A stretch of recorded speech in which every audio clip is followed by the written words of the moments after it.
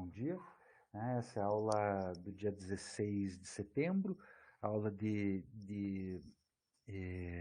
desenho figura humana. O que a gente vai falar hoje é sobre a representação das expressões. Como a gente, já estou fazendo esse rápido apanhado que eu gosto de fazer, o primeiro módulo foi para a gente abordar a questão dos cânones, o segundo módulo, que é esse que a gente está discutindo agora, ele aborda essa questão da representação da realidade, e o terceiro módulo a gente vai falar um pouco do corpo a partir de um sentido simbólico, esse sentido simbólico que ele ganha a partir do final do século XIX, começo do século XX, uma arte moderna, modernista, de um modo geral falando assim. E aqui, antes então de entrar nisso, esse é o último ponto que eu teria para falar, na questão da representação daquilo que a gente vê. Na aula passada a gente viu rapidamente como que se introduziu no pensamento filosófico essa aceitação daquilo que é visível e, consequentemente, isso acaba tendo consequências na representação das imagens, porque a gente hoje vê aquilo como arte, mas eram imagens religiosas, então elas estavam dentro do âmbito de uma discussão de uma teologia da imagem, essa teoria teológica. Então, isso, em princípio, essa aceitação desse mundo, na medida em que a filosofia, o pensamento filosófico começa a aceitar esse mundo que a gente vive, e a gente começa a ter esse tipo de representação na arte, e então, a partir desse trabalho dos artistas de observar e desenhar e destrinchar cadáveres, como a gente viu, representar movimento, representar tecido, existe todo um processo de copiar os antigos, então tem todo esse movimento da representação daquilo que é visível, daquilo que a gente vê. A gente viu que tem ainda essas duas tendências assim na arte, que elas correm concomitantemente, e elas não se anulam, na verdade. Um artista como Da Vinci dialoga com as duas, o próprio Alberti, que foi aquele teórico do Quattrocento, também dialoga com as duas. E o que a gente vai ter agora, com muita, para encerrar essa nossa discussão sobre essa representação da realidade, vai estar relacionado com essa questão da representação das expressões, ou seja, quando a gente entra hoje, que a gente quer, se a gente botar lá no YouTube, ou sei lá o que, no Google, como representar expressões, a gente vai encontrar uma série de tutoriais, ou de símbolos mostrando os olhos, as sobrancelhas, a boca, ou como representar essas formas para dar expressões a elas. Então, a gente faz isso, essa questão do desenho animado, usa bastante isso para dar essas expressões, esse processo, e isso é alguma coisa que vem da arte. E a gente tem, entre os teóricos, aquele que se preocupa, o primeiro que se preocupa de maneira sistemática com isso foi o Da Vinci. Por isso que ele é tão importante, mesmo sendo um artista que não tem assim uma obra absolutamente vasta e ampla, ele pesquisou muita coisa e ele teorizou, escreveu sobre muito do que ele pesquisou. Então, primeiro, é interessante pensar que naquela discussão entre artes mecânicas e artes liberais, que os escultores, pintores e arquitetos diziam que eles tinham então essa operação mental antes da operação manual, como forma de alegar que eles pertenciam às artes liberais, e foi o que o Duque de Florença, o Cosimo de Médici, concedeu ao Vasari, com aquele livro Vidas dos mais proeminentes pintores, escultores e arquitetos. Então havia essa discussão sobre o que é elevado e o que não é. E o Da Vinci, ele, mesmo antes desse período, antes desse tempo, ele teorizou e ele defendia ainda que a pintura ela poderia ser mais elevada ainda do que a poesia, nesse sentido assim de discussão de uma suposta hierarquização que a gente via nessa discussão entre essas artes. Né? Ele diz assim, uma ação tão ou mais perfeitamente ainda, né? Pode representar, né? Uma ação. Essa é a questão de que a poesia, né, descrevia essas ações de espírito, e a poesia, é, e a pintura, no caso, ela considera o espírito por meio daquilo que a gente vê no corpo, né? Ou seja, essa representação do espírito, daquilo que está dentro, daquilo que é imaterial, né? Quando eu falo medo, dor, amor, né? Isso é espiritual. Quando a gente fala espírito, não é necessariamente alma, assim, né, que vai sair assim quando morre. O espiritual é num sentido filosófico, no sentido de aquilo que é imaterial, aquilo que é metafísico. Né? Então, essa questão, quando ele fala que a pintura considera o espírito, né, essa ânima, né, isso que dá, né, que é indescritível, que não é material, né? Então, ele vai dizer que ela representa isso, né, esse espírito, essas coisas, por meio, né, precisamente do corpo.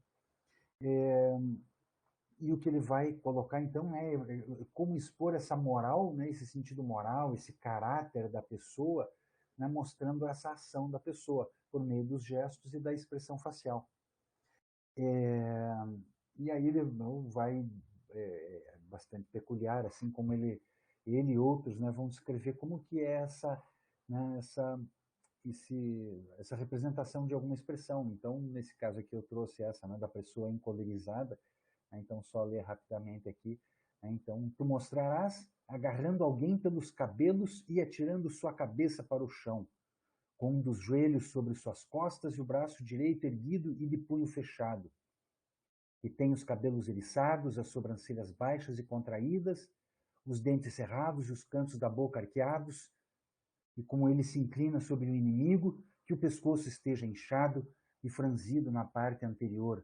Né? Ou seja, ele dá detalhes físicos, né, para falar sobre essa forma de representação. Aqui, então, ele tem essa outra distinção entre o riso e o choro. Né? Então, naqueles que choram, as sobrancelhas e a boca variam segundo as diferentes causas do pranto. Uns choram de raiva, outros de medo, e alguns de comoção ou alegria, outros de inquietude, tristeza, dor, e ainda quem o faça por pena ou pela dor de ter perdido parentes ou amigos. E de todos esses prantos, uns parecem desesperados, outros moderados, uns apenas vertem lágrimas, outros gritam, e alguns erguem o rosto para o céu e baixam as mãos com os dedos entrelaçados. Ou seja, era como ele imaginava, como ele entendia que essas coisas deveriam ser representadas.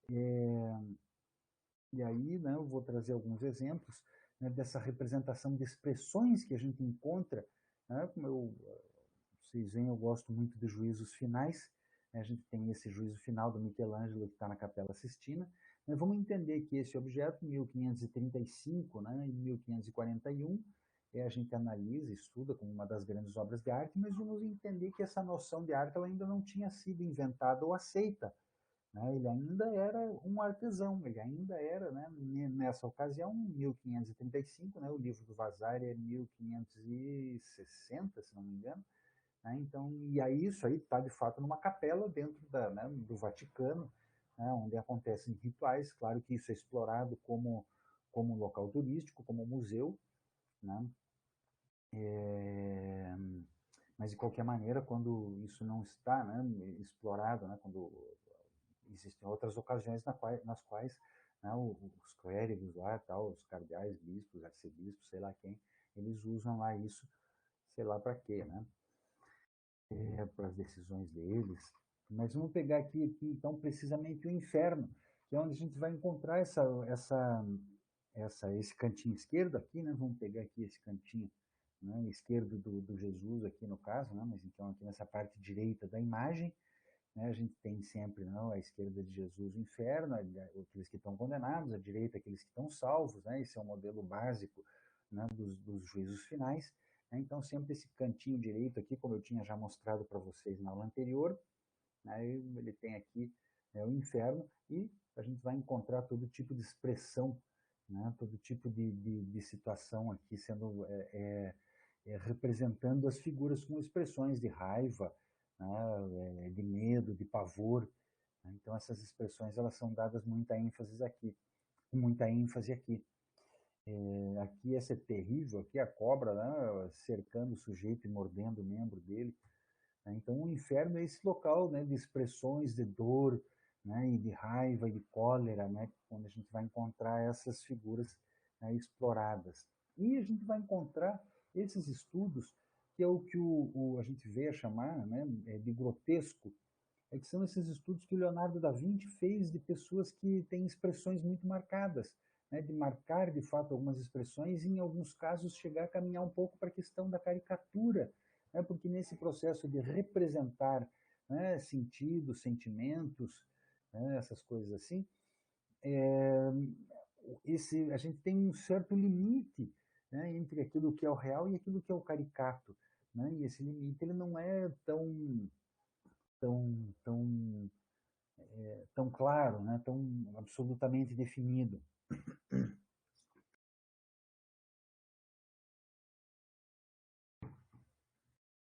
E a gente vai encontrar esse tipo de estudo, né, cinco cabeças grotescas, esse tipo de estudo aí do Da Vinci, né, representando essas expressões e vários estudos dele, né, desse retrato de pessoas, né, que muitas vezes que durante a idade foram marcando, ficando com suas expressões mais marcadas e por aí afora. Então, essa questão de representar, deixa eu ver essa daqui, olha que terrível, que pessoas, né, que expressões assim horríveis que ele traz, né, que ele coloca aí nessas figuras, né, justamente como esse processo de estudar, né, esse tipo de representação. Então, é muito peculiar esse tipo de situação humana, né?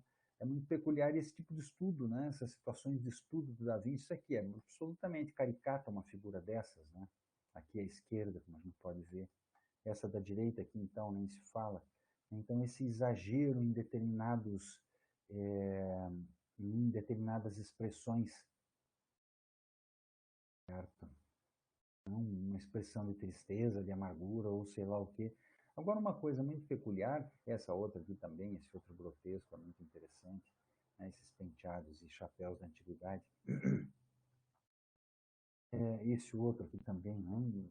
Ele força, né, essas expressões e cria essas figuras absolutamente horríveis, né?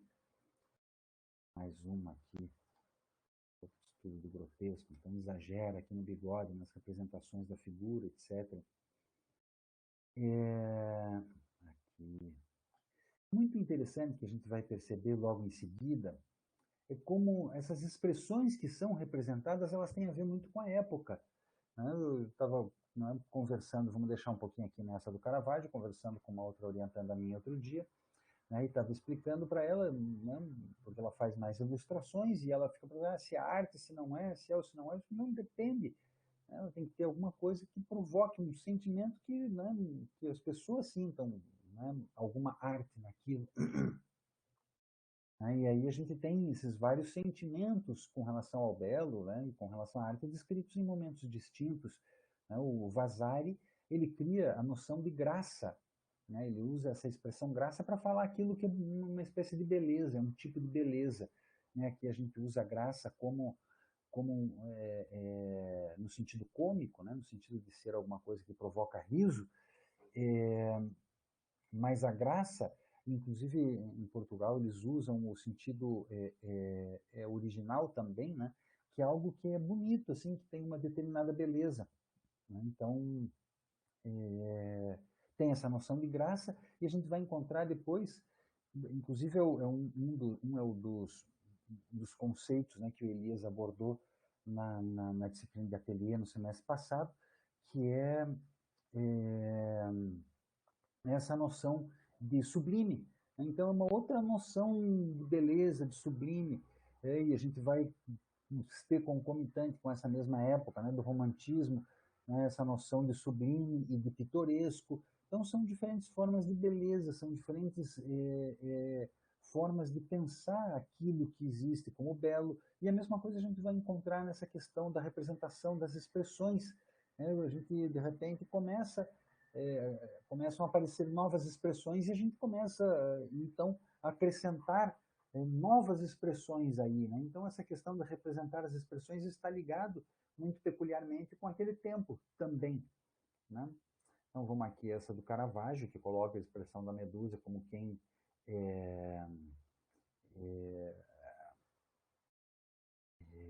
ele teve a cabeça degolada. Aqui as figuras que ele coloca, né? Então vamos prestar atenção a essa expressão de dúvida que ele coloca no rosto das pessoas, né? Pessoa de cabeça baixa, todo esse processo que a gente vê, né? A outra aqui apontando, que a gente vê teorizado, falando sobre como fazer isso, sobre como organizar, né? Essas expressões, a gente vai encontrar isso bastante explorado no Barroco. Né? Vamos pegar essa figura aqui da Artemísias, um aspecto triste que a gente encontra, né? Maria Madalena como a melancolia, né? Ou seja, como é que se diz? É uma alegoria da melancolia. Né? Então, representa lá Maria Madalena, representa, né? Como se ela fosse a própria melancolia. Eu acho que eu já expliquei para vocês isso, essa questão de alegoria, né? Que é uma figuração de uma ideia abstrata.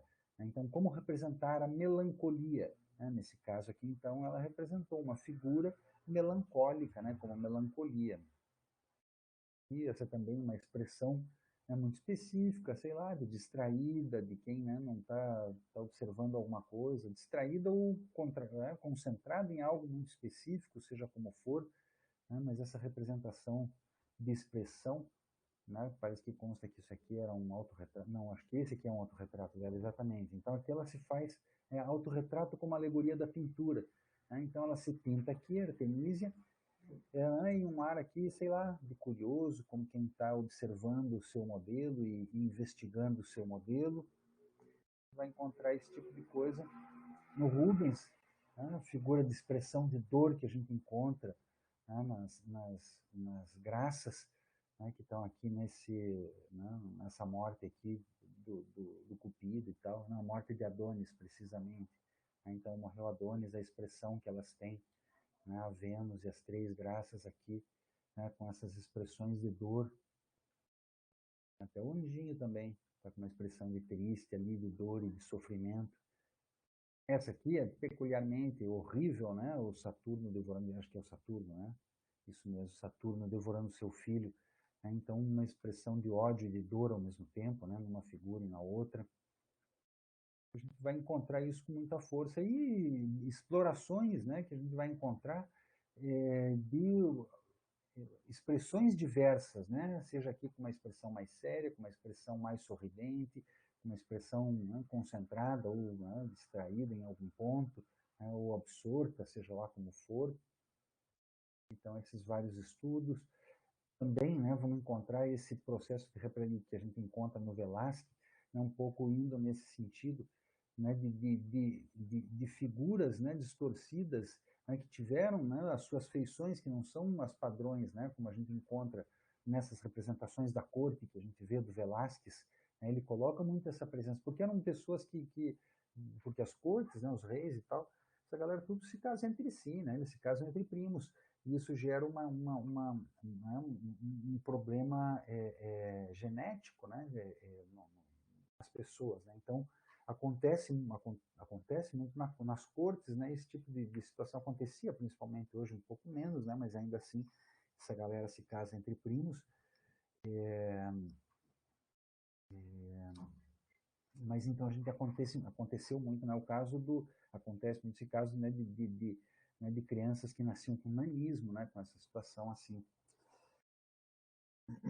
E aí tem esse cara, especialmente, assim, particularmente, Charles Lebrun, que é de quem eu gostaria de falar mais hoje, que é uma grande figura, que foi um cara, ele era um pintor, que nem era, assim, muito expressivo, era um pintor, né, desse período barroco aí, que a gente pode chamar barroco ou rococó, etc. Mas ele se concentrou na obra dele, no trabalho dele, nessa questão da representação das expressões.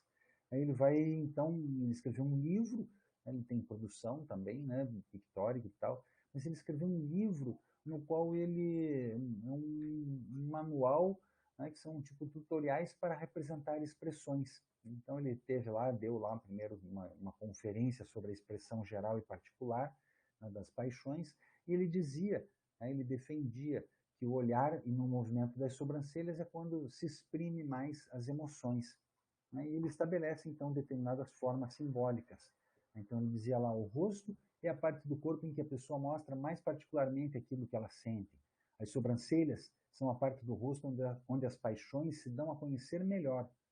A boca e o nariz têm parte considerável na expressão, mas normalmente estas partes se limitam a seguir os movimentos do coração. Tem aqui uma pintura dele, né? Tá pequeno, vocês não, bastante expressão de sofrimento, etc. Vocês podem ver com melhor qualidade depois, se quiserem. E aqui a capa, né? Uma sobrecapa, perdão, né? Contracapa interna, né? Do livro, no qual, então, é o método para aprender a desenhar as paixões. É um livro de 1698, né? Peculiar, que foi publicado após, né? a vida dele. Então, a gente tem aqui expressões das paixões da alma representadas em várias testas, né? Teste? Não é teste, é outra coisa aqui que tem que saber. Gravadas, né, segundo desenhos de Feu, não saberia dizer o que é, seria esse aqui, do um senhor Lebrun I, pintor do rei, ou seja, um pintor do rei francês lá.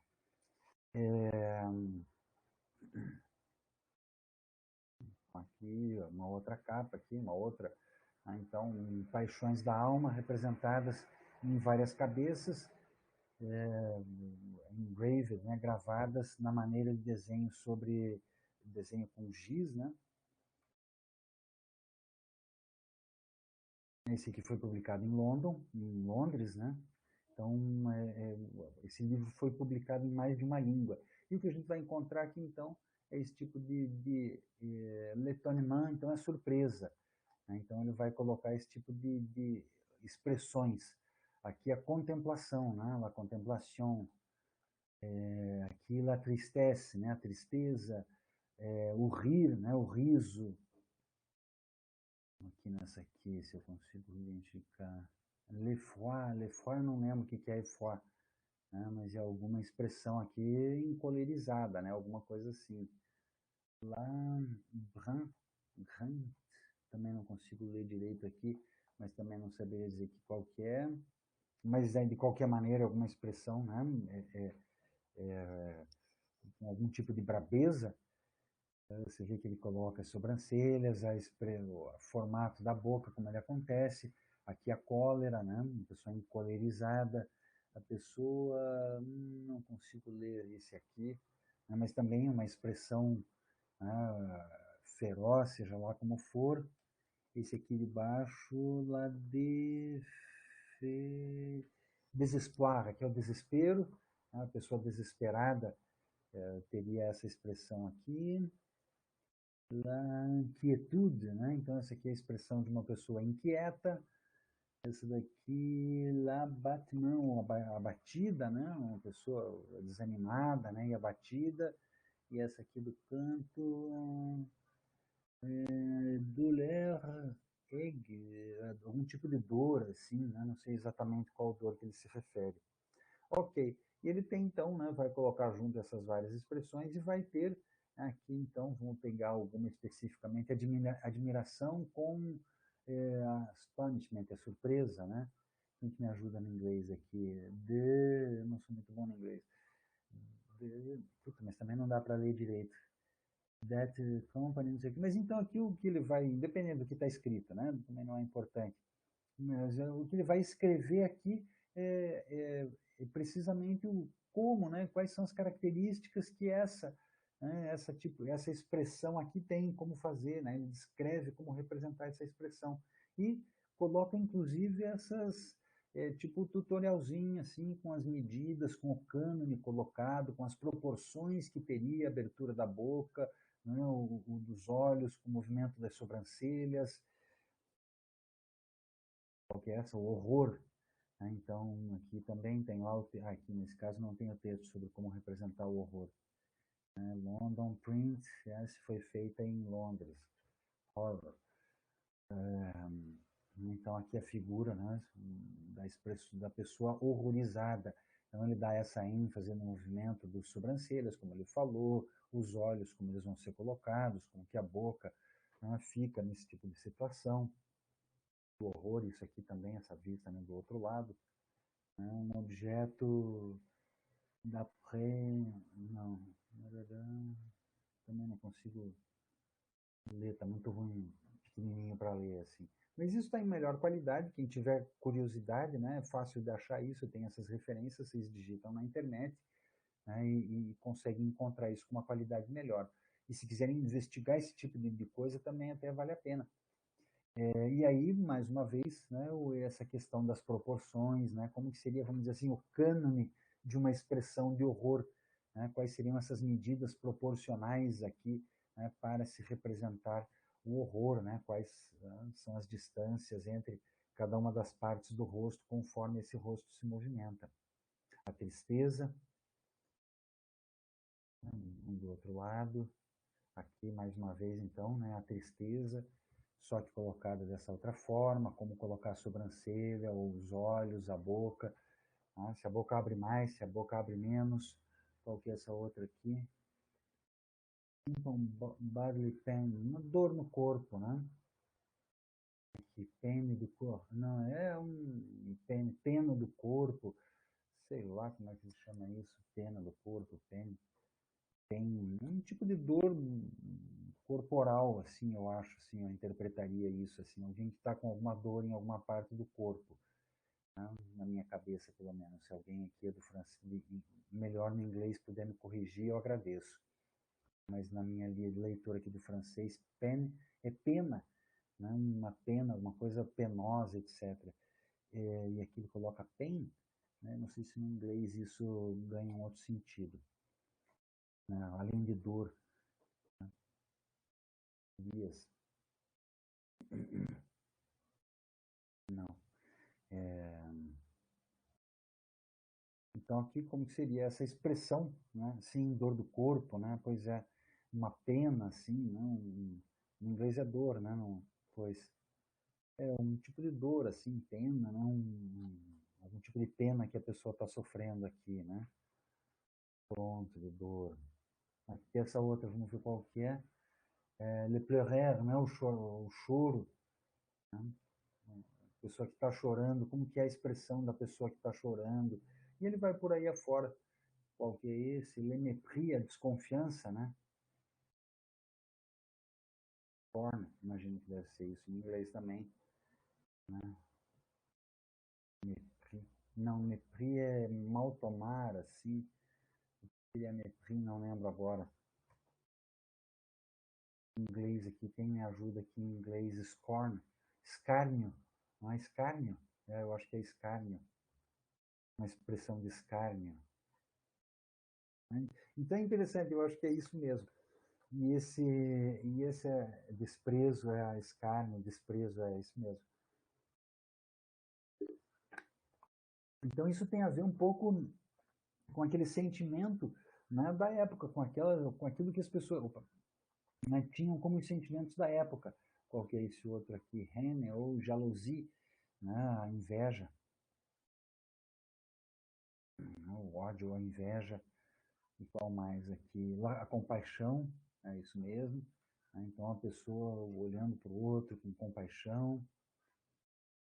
E algumas são praticamente iguais às outras, né? A compaixão com atenção, a gente praticamente não consegue dizer como que muda uma e a outra. Opa, aqui acabou.